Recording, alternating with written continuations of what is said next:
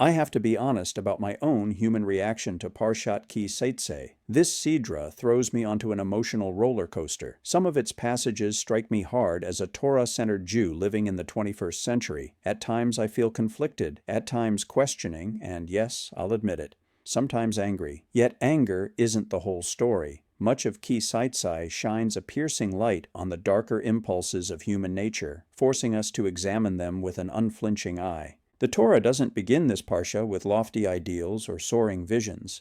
Instead, it confronts us immediately with a gritty, uncomfortable reality. A Jewish soldier at war sees a beautiful captive woman and is consumed with desire. Anyone who has seen war firsthand knows that passions and poor decisions can boil to the surface in such moments. What Moshe presents here is not divine approval of such an act, but a controlled pathway, an attempt to cool the runaway urges of an inflamed heart. The Torah demands restraint. The soldier may not abuse or violate her.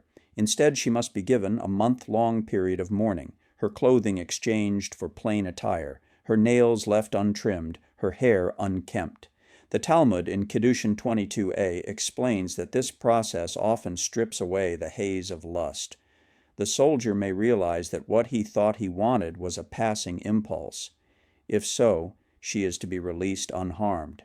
This is not an ideal. It is Torah speaking to the raw, unpolished edges of human behavior, the moments where unchecked passion could lead to cruelty, violence, or regret that will haunt the young man and woman forever. In this, we begin to see the character of Ki Seitzei, a parsha less about perfection and more about the struggle to discipline our baser drives, one mitzvah at a time. This captive woman law is just the first stop on a long tour of mitzvot in Ki Seitzei. The whole parsha is about boundaries and responsibility that takes up a whole bevy of topics such as family life that include inheritance rights, how to respond to the rebellious son, divorce decrees, and remarriage, instilling compassion with rules about returning lost property, sending away the mother bird before taking her eggs or chicks, and caring for the vulnerable, both human and animal. Moshe teaches the need for justice by stressing honest weights and measures, laws of testimony, protecting dignity. Even war ethics is covered with regulations that keep soldiers from turning victory into cruelty. And of course, at its core is individual and community holiness, safeguards against exploitation, immorality, and corruption, not only of fellow Jews, but also the stranger and goyim. In other words,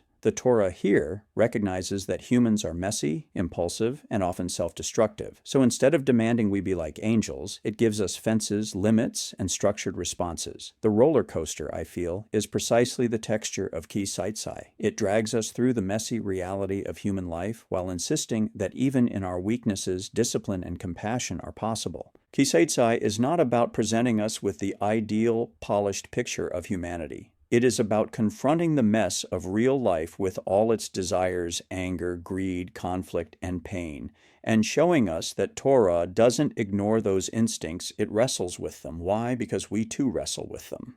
From the captive woman to the rebellious child, from divorce to dishonest weights, from sending away the mother bird to paying a laborer on time.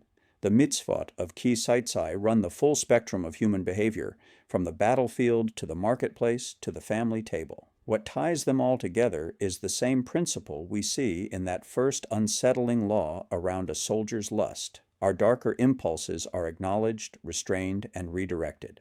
Torah doesn't ask us to be angels. It asks us to be disciplined, compassionate, and just, even when our instincts pull us in the opposite direction. HaShem doesn't always show us the ideal world, but Adonai does teach us how to live in the real one, with all its lust, greed, pain, temptation, and yes, its joys as well. Until we meet again, please like, subscribe, and share. You can find my videos and essays on Rumble, YouTube, Locals, Substack, and Blogger. By the way, we are doing well on Rumble and Locals, but can always use more eyeballs on them, and I do encourage you to subscribe on YouTube and check out my Blogger page. If I can't get the subs and numbers up on those last two platforms, I may be forced to shut them down. If you watch or read there, we could use your one click on that subscribe button. Thank you again to all those who watch the videos and read my teachings. This is Shmuel ben Shlomi wishing you a Shabbat Shalom.